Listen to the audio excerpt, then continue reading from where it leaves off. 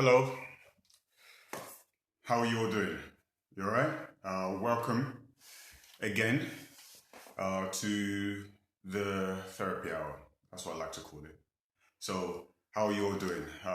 Hello, welcome. Nice to see you all. Thank you once again for joining me and my plant for what I like to call the therapy hour. Um, how are you? Welcome, everyone. And if this is the first time any of you are joining, hello Daisy, hello Nat, hello Grace, Andrea, how are you doing? Dio, welcome. Thank you. Just going to do the usual roll call of greeting and welcoming everybody else in this space. Thank you all for joining. If this is your first time, you are definitely welcome in this space.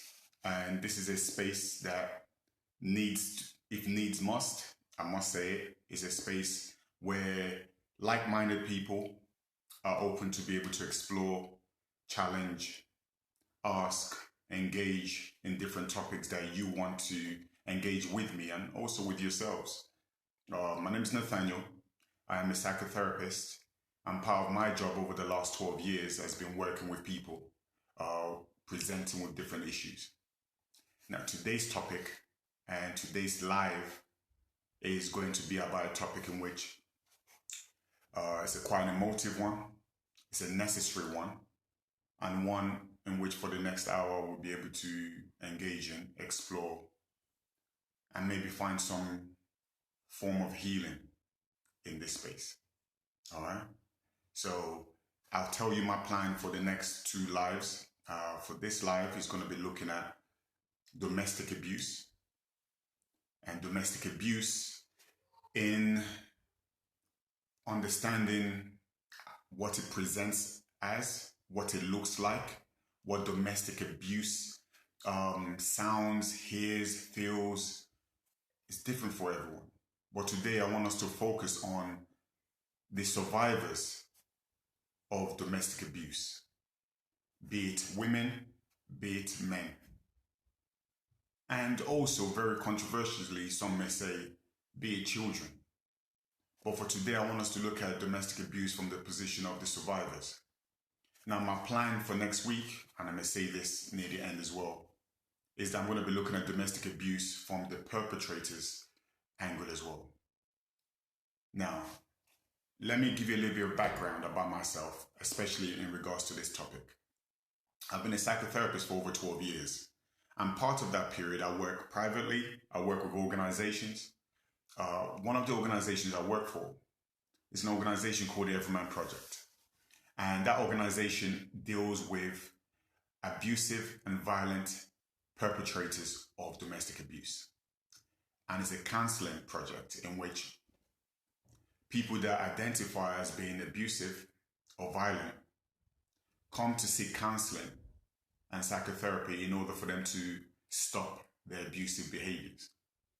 So I've spent quite a long time working with perpetrators of domestic abuse over the last 11 years in order for me to be able to help them identify, recognize, take responsibilities, introduce skills and strategies for them to be able to deal with and change their abusive behavior. Okay, so that's a little bit of my background in regards to that. Also, as a psychotherapist, I've had clients that have experienced domestic abuse, and I've worked with both survivors and perpetrators of domestic abuse. So from a psychotherapeutic point of view, I feel I'm in a position to share some insight, support, guidance in some cases in regards to the topic in which we're covering today. So for today, if you join us, if you engage, if you feel comfortable enough to either ask questions, introduce experiences that you've had, if you feel safe enough and comfortable enough to share it in this space, I assure you, from my point of view, it will be received in the most gentle and most comforting of ways as much as I can. All right? So let's get started on the topic of domestic abuse. As you can see in my stories, there are different forms. What exactly is domestic abuse? Because it's a lot of the clients that I do have is, well, but that's normal, isn't it? That is just my way of showing I love her or him. That is just how we are. That's just the way we are. It's just bants. It's just fun. Everybody goes through that. Come on. I didn't mean it like that. She's just a little sensitive. And in the case of men that have experienced domestic abuse also, there's that added element of he's just a little soft. Or, pardon my French, or he's just being a pussy. He's just being weak. What kind of man are you? So those are the kind of things that I have heard in my line of work, dealing with both perpetrators and also survivors of domestic abuse. So coming from that background and understanding from a therapeutic point of view, let's explore it. Let's look at it as it is and understand fully what is domestic abuse. Now, domestic abuse is anything ranging from the physical, the emotional, the psychological, the all aspects that affects another human being. What I mean by that is you are enforcing your will onto another person in order for that person to do what you want them to do. And if they do not, you find abusive ways in order for you to punish them for not doing as you wish them to do. So that's domestic abuse in a nutshell. It's not only striking, it's not only pushing, it's not only the physical. It goes beyond that. So for today, I want us to try and understand as much as we can what that experience may be like, what it may look like. How do we recognize it? Deep down, I've been asked many questions, and one of the questions I've been asked is, how do you know whether someone is being abused or not? How would I know if I'm in an abusive relationship? It's a very good question, and a question in which only you have the answer to. And one of the things you can ask yourself in order for you to answer that is, does this feel right? Do I feel worse when I'm around this person? Do I feel I'm walking on eggshells? Do I feel I can't be myself because I'm scared of his or her reaction? Am I scared? Am I fearful? Do I feel I need to check in before I can do things independently? Do I feel uglier? Do I feel judged? Those are the questions that I want you to ask yourself. Am I in this relationship? Am I in this situation because I want to be in, or because I feel I have no other choice? Do I feel overwhelmed by this person? So if you're asking the question, how would I know I am in an abusive relationship? Those are some of the questions that I want you to ask yourselves, and the answer to those questions may help you identify or determine whether you are in what we will call an abusive relationship. Now, to stop the taboo, abusive relationships, survivors of domestic abuse are not only women, they are men that are also abusive. I've also experienced abusive behavior, should I say, pardon me. And I've had male clients that are survivors of domestic abuse. And I've had women clients that have been survivors of domestic abuse also. So, in identifying it, we can start actually working on how do we support the people that are experiencing it. Now, let me just make it clear, today is not a public service announcement I'm not here to tell you this is what you need to do, this is how you get out of a relationship and everything else like that. I am not your advisor. I'm not, in a way, acting as a friend. I am just here talking from a therapeutic point of view. How, in my profession, I support, guide, signpost clients of mine to find a place in which they can make that decision for themselves. It's not a position of judgment. Whether you choose to stay or leave that relationship is not incumbent on me or anybody else. That's a decision that that individual would have to make for themselves and by themselves. So this space is not a space of judgment. It's a space of understanding. So we're going to start by trying to understand how it could feel to be in a situation where you have been either physically abused, emotionally abused, where you are being controlled, coerced, or violated in any other form. Now, what is controlling behavior? Controlling behavior is the behavior in which we look at therapeutically. It's how are you being affected by somebody else? How are you being controlled? Without that person physically hurting you, without that person being there, right there, grabbing you, how are you being controlled? Is it what is being said? It could be. An example of you being controlled could be, you need to do this. If you don't do it, okay, we'll see. Now, the we'll see aspect is showing you, sounds to me almost like a threat. Now, how you receive that is based on previous experience with this person. When I haven't done what this person has asked me to do, when I haven't partaken in this activity that this person is asking me to do, or the way this person is asking me to do it, what has been the consequences for me? And one of those consequences could be you being physically abused, or in some cases, you being deprived of a loving relationship. And what I mean by that is, does he or she go quiet?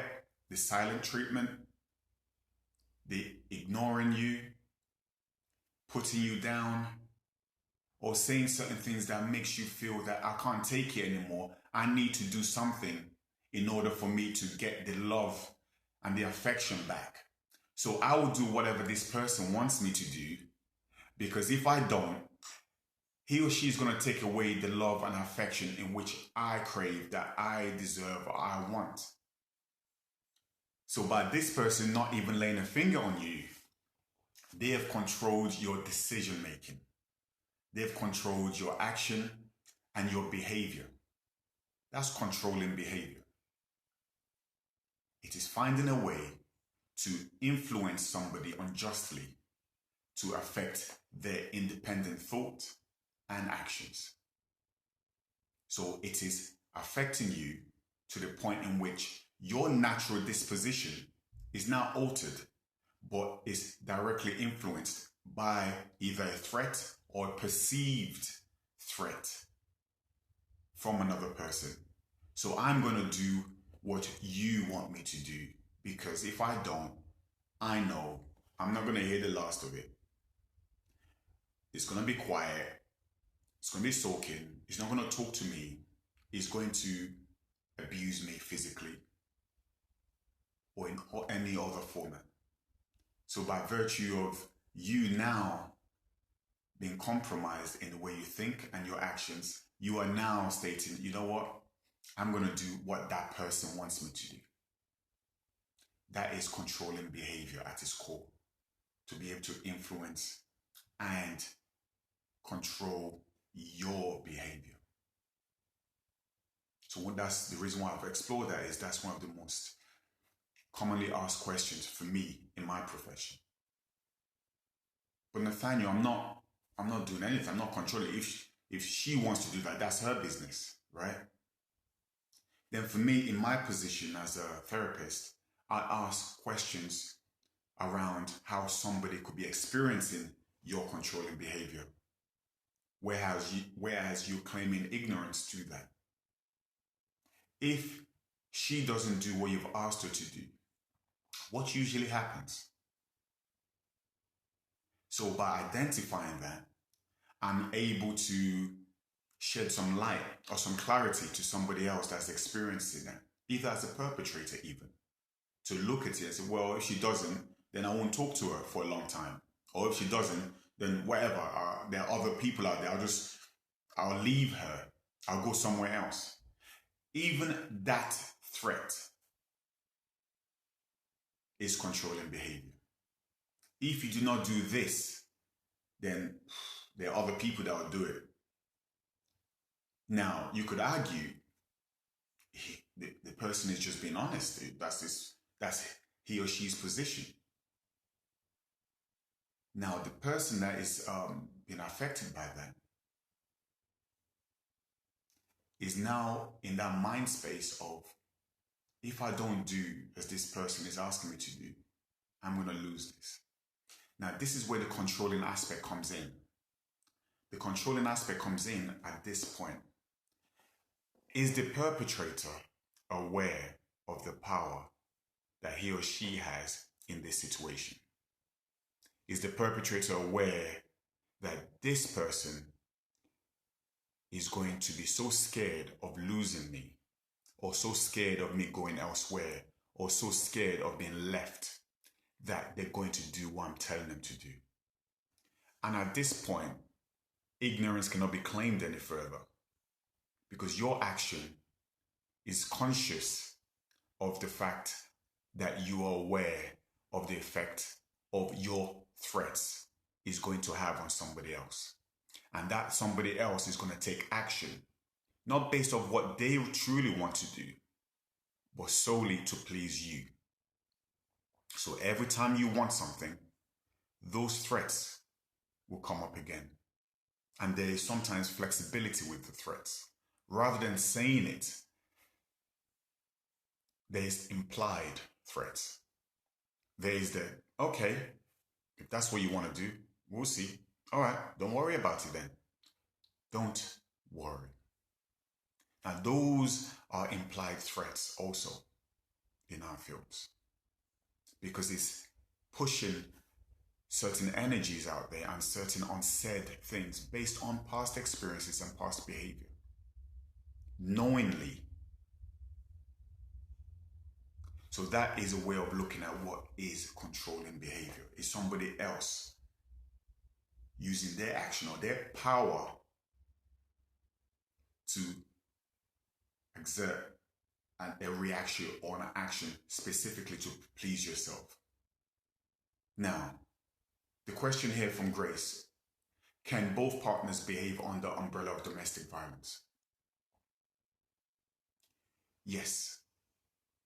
Both partners can be abusive. You can strike me and I can strike you. However, it is not always that simplistic, because there's that element of power.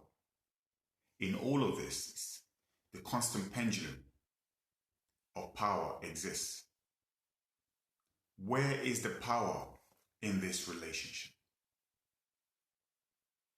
Could a woman know very well and be aware of the fact that if she asks for something and she knows that if this guy doesn't do it, he knows that if I leave him, he'll be traumatized, he'll be upset, he doesn't want to lose me.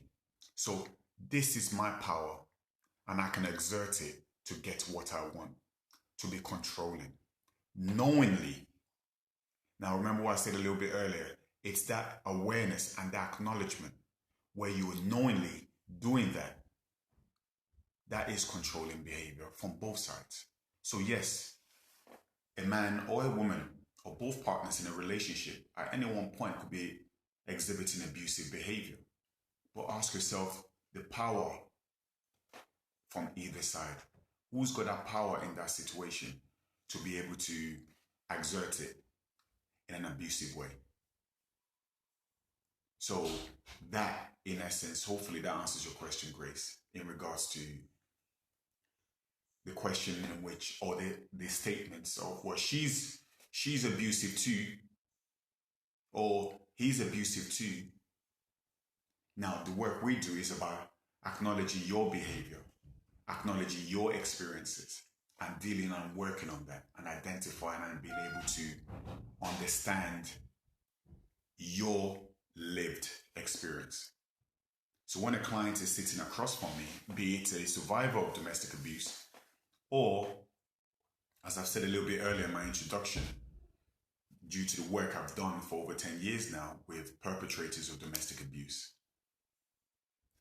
it's about dealing with that person sitting across from me and how they have experienced all the things that has happened to them.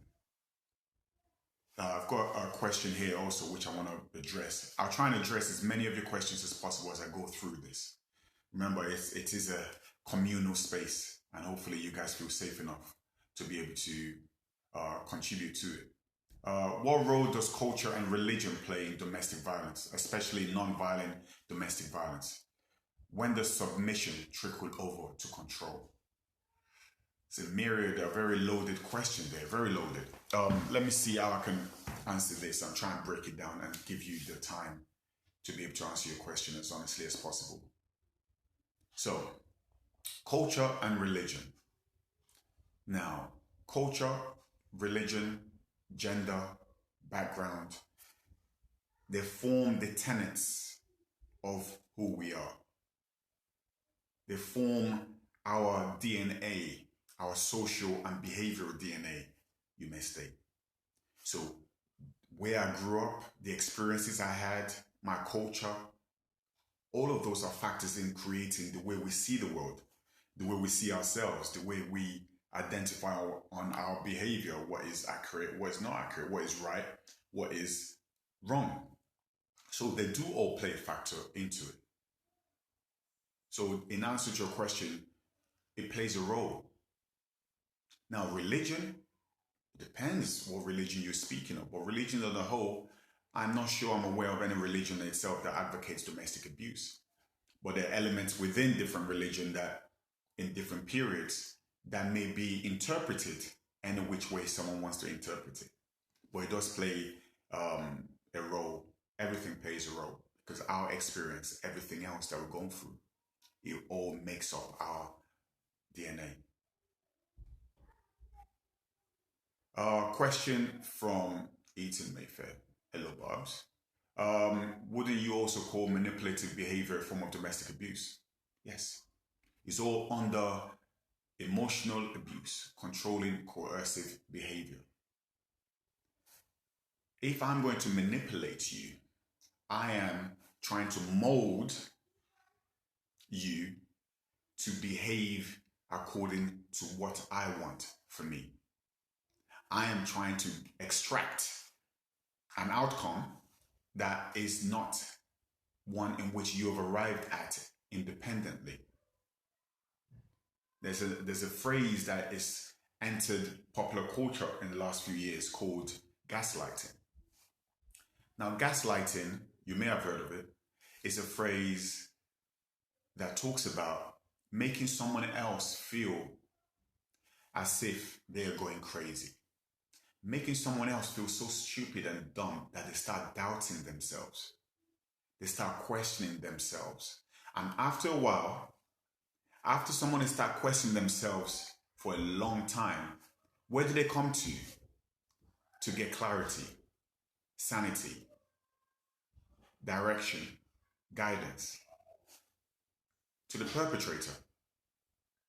So if I'm going to play the role of the perpetrator right now. I'm trying to make you feel, or I'm making suggestions that certain things are not as you see them. And after a while, you start believing me. I start showing you that, yes, you see, this is not exactly what you saw. I've told you. What's going on? Are you okay? And that question, are you all right? Or even the laughter. Then what happens then is the person starts doubting their natural self. And they come to you to double check for reassurance. Now the power is within your hands now to be able to manipulate that situation. That they don't feel safe or comfortable or strong enough to be able to deal with that situation without your guidance, your support. So hopefully, Barbara, I've answered that question as well and just expanded on a topic of gaslighting as a form of manipulative and coercive behavior. I am coercing you to the point in which you are behaving in a certain way just to please me. You missed my answer? Basically, to be manipulative is a form of controlling behavior because it's exerting a reaction from you in which it is not automatic and independent of you. So hopefully that answers it. All right. So now let's go through the experiences of people going through domestic abuse behavior. If you are watching, if you are here, if you're present right now and you've experienced it in a different forms in which I've stated earlier, I hope you find this space open and safe enough for you to be able to go through that experience and be present here with us. You don't have to say anything. You don't have to acknowledge it in the form of typing anything here, but I just want you to know that you are being supported and you are being listened to. And the whole point here, when we go through therapy, if you do go through therapy or you seek therapy to deal with it, the processes we go through is to support your experience by first of all hearing it and listening to you. What are you experiencing? How have you experienced that action? What does it feel like to be in that situation? And from the clients I've dealt with before, I'm just going to say some phrases that you may have heard before, or you may even have said to yourself before if you've gone through different situations like that. And one of them could be, it's not his fault. I provoked him, or I provoked her, or he's never done this before, he's sorry, or he was drinking, he was drunk at the time, or if I've only done what I was supposed to have done, none of this would have happened. I don't want to lose him. I'm scared of losing him. I have nothing else. I can't leave him.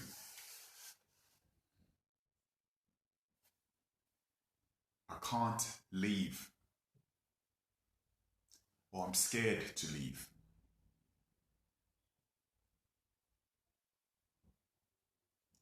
I don't know what to do. I have to stay. We've got kids.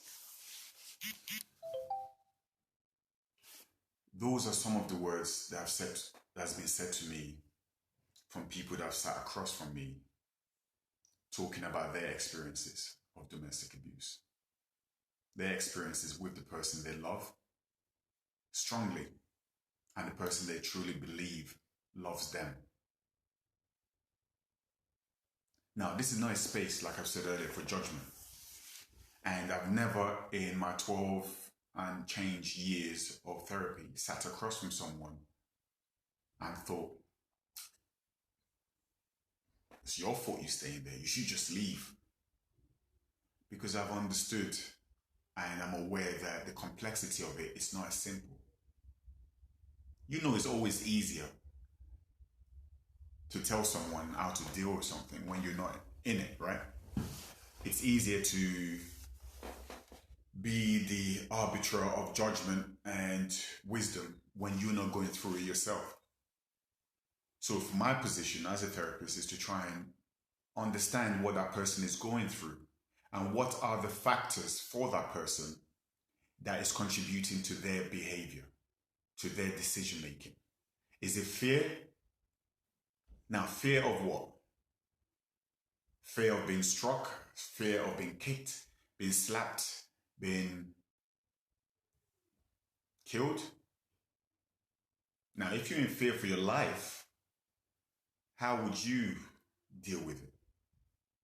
And for everyone listening right now, I imagine there may be equal numbers of different views and opinions on how they would deal with it.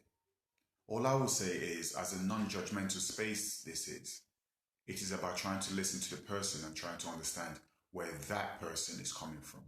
What are their experiences? What is going through their minds? What are the motivations that's preventing them from taking an action that may be beneficial to them?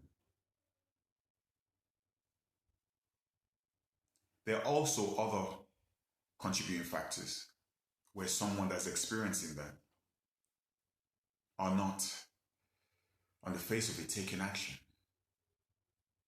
It could be fear of being alone, fear of breaking up a family,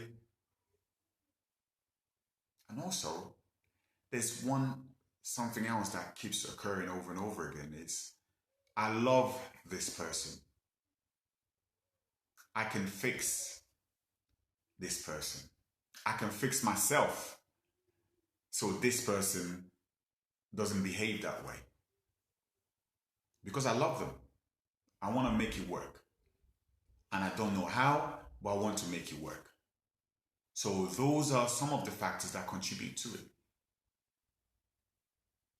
Now, when you look at it like that, it's not as simple as just get up and leave him, he's no good. Or get up and leave her, she's no good. There are other factors that go into it, and it's about trying to understand that individual and why that individual is reacting or not reacting the way they are.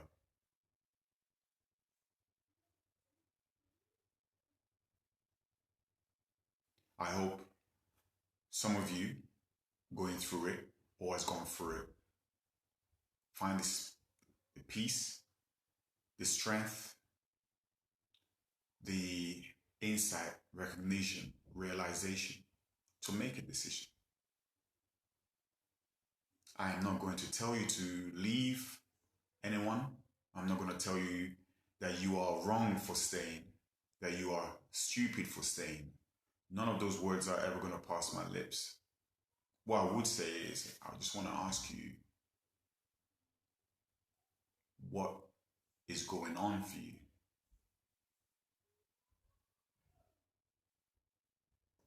Now, in this current climate, it's not the easiest thing to do to just just get up and leave if you have nowhere to go. But I need to make this statement, and this is the only public health statement I'm going to make today, which is, if you do feel like leaving, you do feel like getting away, you have made that decision that this is what is best for you, I just want to let you know that there are options out there that will assist you and help you. There are organizations, there are people, me included, that will signpost you, support you, guide you in that decision that you have made for the betterment of yourself. In the lockdown that is occurring right now all over the country, there's still an option for you out there. So when I finish the live, I'm going to put some numbers, names, email addresses, websites of different organizations for male and female survivors of domestic abuse. So you can call, talk to someone, or in some cases, because we are all in the house together, maybe message someone. Be on an Instagram messaging that you can message someone on the guise of just scrolling. So you will be supported. And also, if you do want to speak to a therapist, go to our website and you can access speaking to a therapist that way. Or if you've got a question you want to ask me off the Instagram live, you can send me a message and I will respond to it. I hope you found that element of it clear and reassuring, because there are options there. I've read some material in regards to what the police are doing in order to support people that are going through very traumatic experiences in the house right now. If you want to report it, which is not always the easiest and the first option is available to everyone. There's an element in which if you do dial 999 in this country, in England, and you press 55 afterwards, it does alert the emergency services that this call is pertaining to domestic abuse without you having to explicitly say so. But like I said, I'll be sending information out there at the end of this that you may be able to access. It may be easier to access it on Instagram rather than going onto websites because your search history may be monitored. So those are options that's available there also. Now, what are the effects of experiencing domestic abuse? So that's what I want to look at right now, the effects of domestic abuse. And the effects is vast and is different for every single person. Anger, frustration, shame, hurt, disappointment, self-loathing, loss of self-confidence, guilt, blame, so many different effects. And how it affects you is different from anybody else. One of the questions you may ask yourself is, how do I get out of this? How do I stop these feelings? The first step in anything is acknowledging what is going on for you. The first step in anything, in changing behavior, is looking at how do I feel about this? How do I feel being the punch bag? How do I feel being told I'm no good? How do I feel feeling worthless?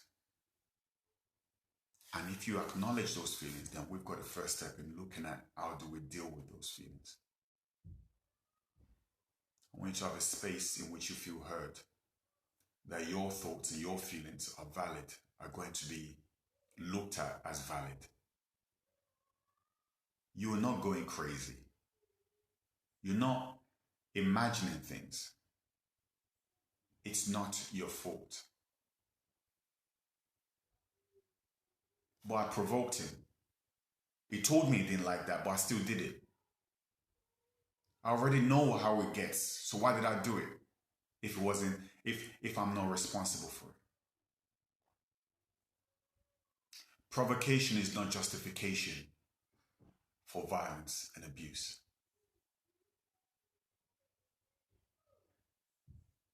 Now, if you're looking at it in that view, that I am responsible for what another human being is doing, I am responsible for how another human being behaves towards me, then you've got ultimate power, surely. What we want to address in that situation is understanding that the abusive behavior that you are experiencing is in no way your fault, and you are in no way responsible for the act. It's about looking to heal yourself, to understand that you didn't deserve this. You don't deserve this. You didn't deserve that. And by understanding that, then we can look at who's responsible for this. Is it you or the other person? Like I've just stated, it's not you. You are not responsible for this. I'm going to a question I was asked before. Do I feel that people can change? Do I feel that perpetrators can change their abusive behavior? I've been working for over 10 years, like I stated earlier, in working directly with perpetrators of domestic abuse. I've had perpetrators of domestic abuse across from me, in which I have worked with them in order for me to be able to help them change their abusive behavior. So in answer to that question, Barbara, I definitely feel that people, and not only feel, I believe with work with consistency, with support, with guidance, with therapy, that people can change their abusive behavior. Our behavior can change. However, as a survivor of domestic abuse, I believe we need to recognize that we are not to blame for what the other person is doing to us. And then make space for you to be able to heal and reassure yourself and trust yourself that you are worthy of better behavior than what you're receiving right now. That you are worthy of better treatment than what you are receiving. And that is where therapy is very useful for you to be able to identify the positive things about yourself. So just imagine right now you've had years and years, or months and months, or even weeks and weeks of someone putting you down, telling you you are no good, telling you you're ugly in different forms, judging you, berating you, insulting you, humiliating you, embarrassing you. After a certain period of time, we start wearing all those words and all the behaviors that we've been receiving. We start wearing it. It's, it's that jacket we put on, it's that dress we slip on, it's that tie we put on. So coming through therapy to deal with all that effect is actually learning to take those things off. Learning to identify that those things are not true. They're not real. They are the clothes that's been given to me by somebody else that may have been incapable or insecure to deal with a loving relationship, to manage his or her feelings. They are not my clothes to wear. They are this person's clothes, not mine. And going through therapy could take weeks. It could take months. In some cases, it could take years. It's unloading, unbuttoning, loosening, discarding of all those things, all the clothes and all the garments that's been put upon you that you've accepted upon yourself. So that's a perfect way of looking at how therapy helps survivors of domestic abuse in dealing with the baggage that you're left with. So if you have a friend that's experienced it, if you are the one experiencing it, if you are the perpetrator, like I said, next week on the live, I'm going to be looking at the perpetrators, how I deal with perpetrators of domestic abuse, the therapeutic angle, the strategies, the skills in which we introduce to try to change abusive behavior. That's what we'll be looking at next week. That will tackle that. But for the survivors, what I want you to look at is, for you, how can I deal with this baggage without me taking it elsewhere? How can I deal with the abusive behavior? How can I discard what now I'm starting to believe that I deserve it? It was my fault, that I am not worthy of something better than this. Now, what we do in therapy, in order for us to be able to affect change, is to actually go through it and think about and ask yourself the questions on, where are these feelings coming from that now they've formed a part of you? You've caked it on. It's a second skin. And we don't know where my skin ends and where this skin begins, because it's all intertwined now. And it's about looking at that. So for this, I want us to be able to look at behaviors that we have in some form accepted as natural for us. Now, good question, Ronke.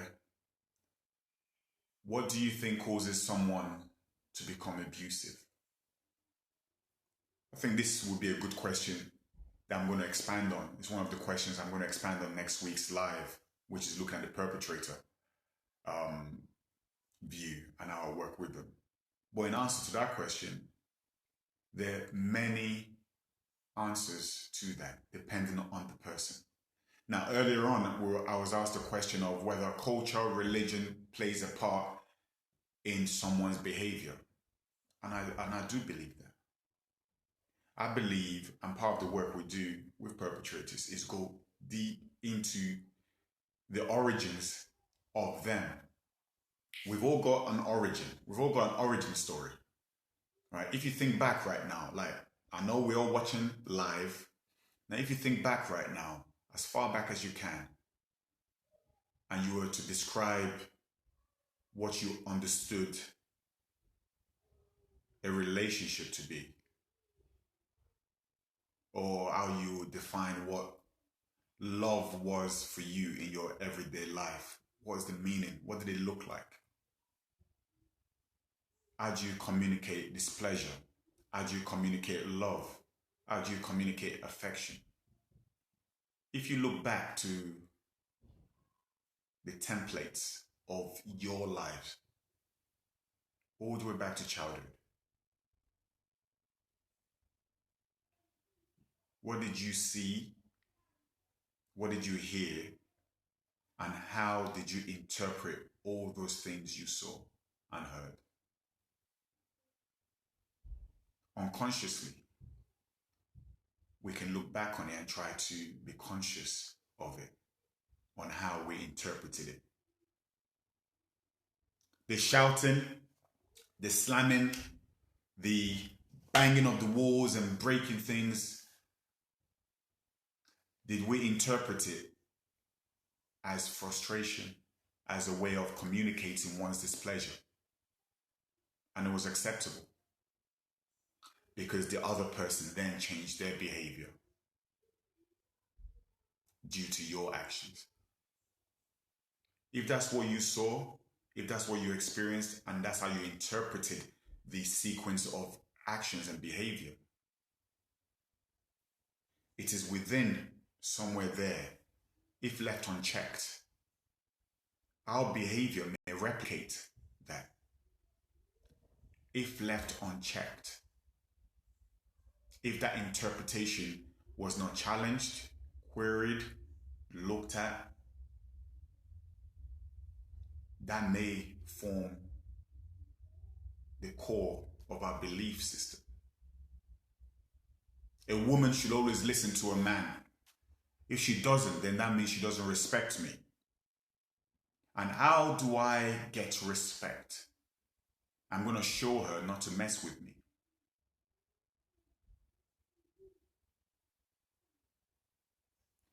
If that is part of the way you think,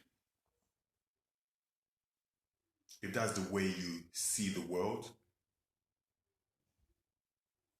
then the jump from thinking, seeing it, and believing that, and you behaving that way is not so far anymore.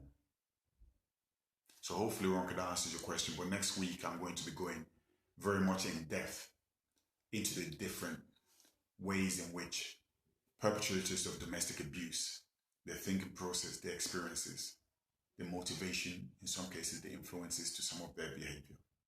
Not justifying it, trying to understand and work therapeutically to change it.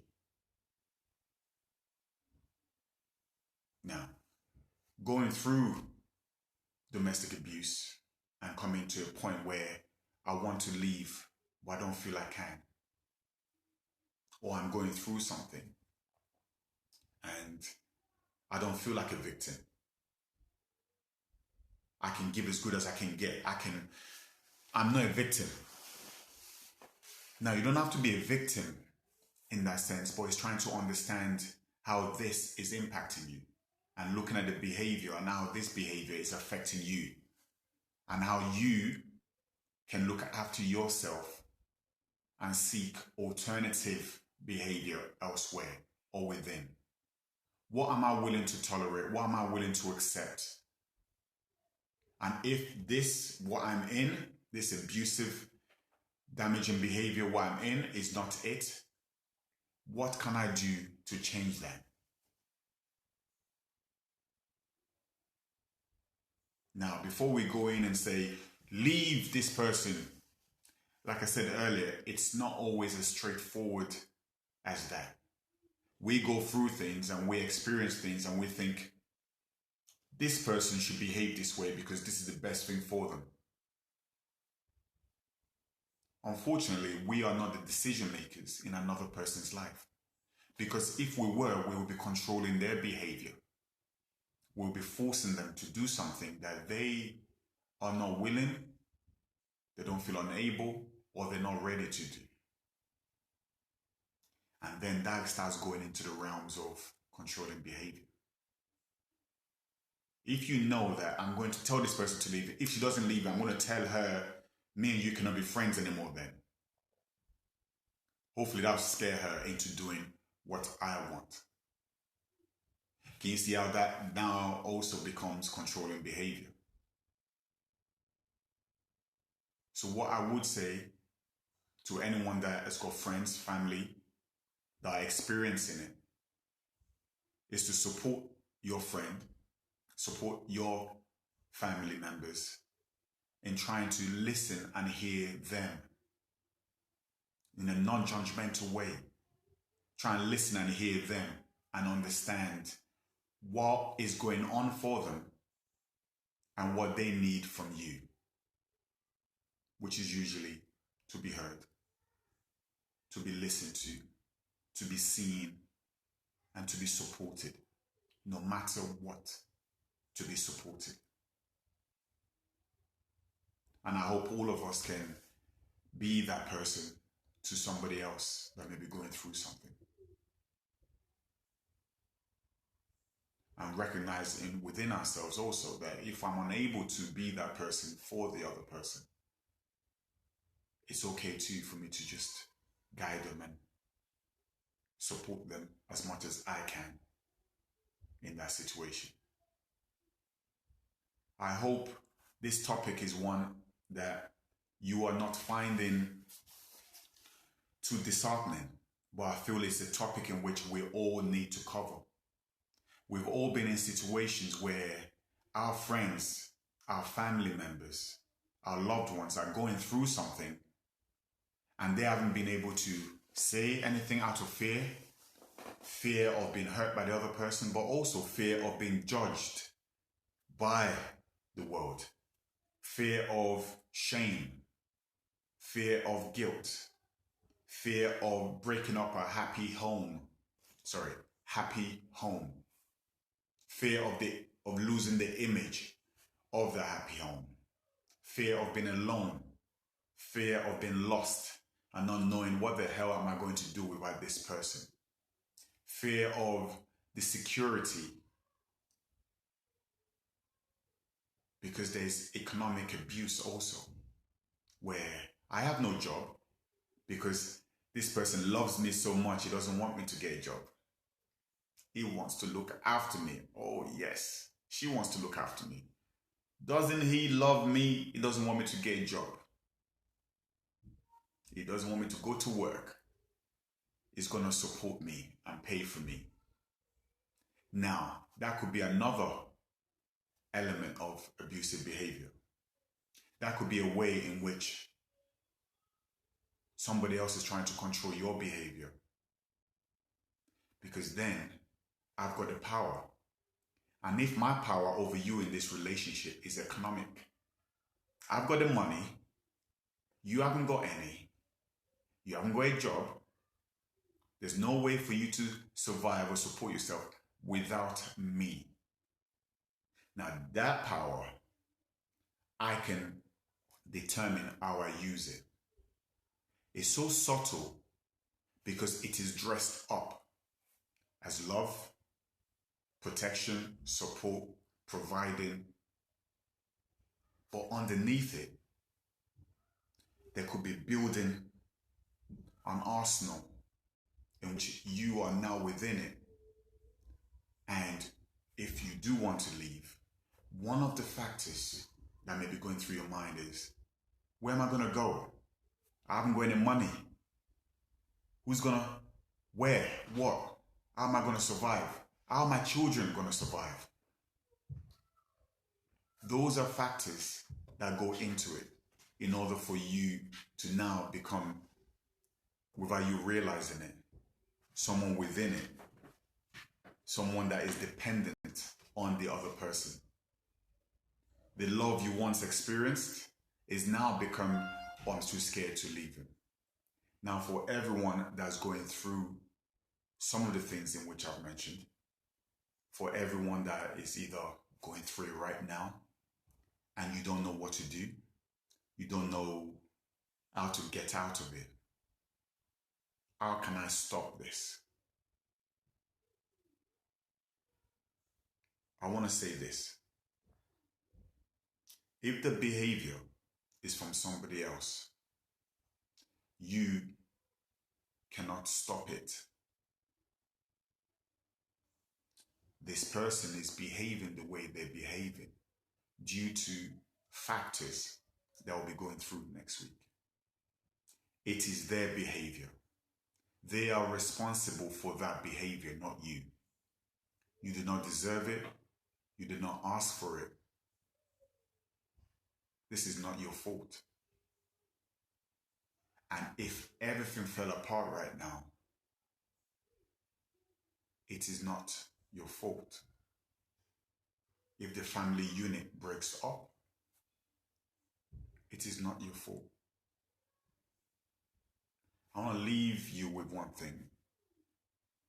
If you have got children in a household and in an abusive household, this is for you. Your children see and hear more things than you realize. And like I said 5-6 minutes ago, within our DNA is the way we see the world. We feel the world sees us, and the way we feel and we see ourselves within the world. So within that, they will be experiencing and seeing what is going on. And in some cases, it's going to affect the way they see themselves. It's going to affect the way they see the world.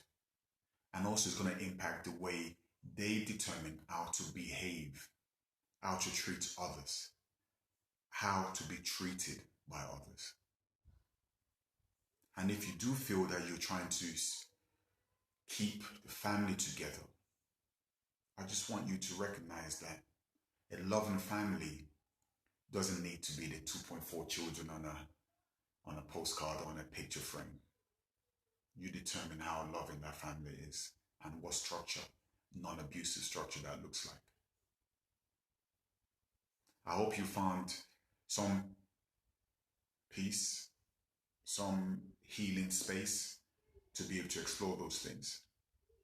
If you do want to raise anything to me, please let me know, and I'll be able to answer those questions in the direct messages you may send me. Now, thank you all for joining me. I appreciate it. I value the time and the space in which you have shared with me today. And I appreciate you allowing me to be able to talk about such a topic from a therapeutic point of view. Now, for next week, I want to be able to introduce you now to the topic, which is we're going to be sticking to the same thing, and the same thing which you're going to look at. Okay, my alarm is going off, which basically means, Nathaniel, it's time to wrap it up. But for next week, I'm going to be talking about the perpetrator angle. Now, if you've got questions, and I know there's going to be questions in regards to perpetrators of domestic abuse, how do you work with them, Nathaniel? How do you deal with them? How do you change their behavior? And also, they can't change. How can you change a man from being abusive to me? How can you change a woman from being abusive to me? I'll be able to go through it next week in detail on my time and my work in dealing with abusive behavior. If this topic, which is an emotive one, has affected you in any way, I want you to take time right now to just take a deep breath. You're safe, you're loved, and you're valued. I hope to see all of you next week. Same time, same place. I appreciate it. Take care.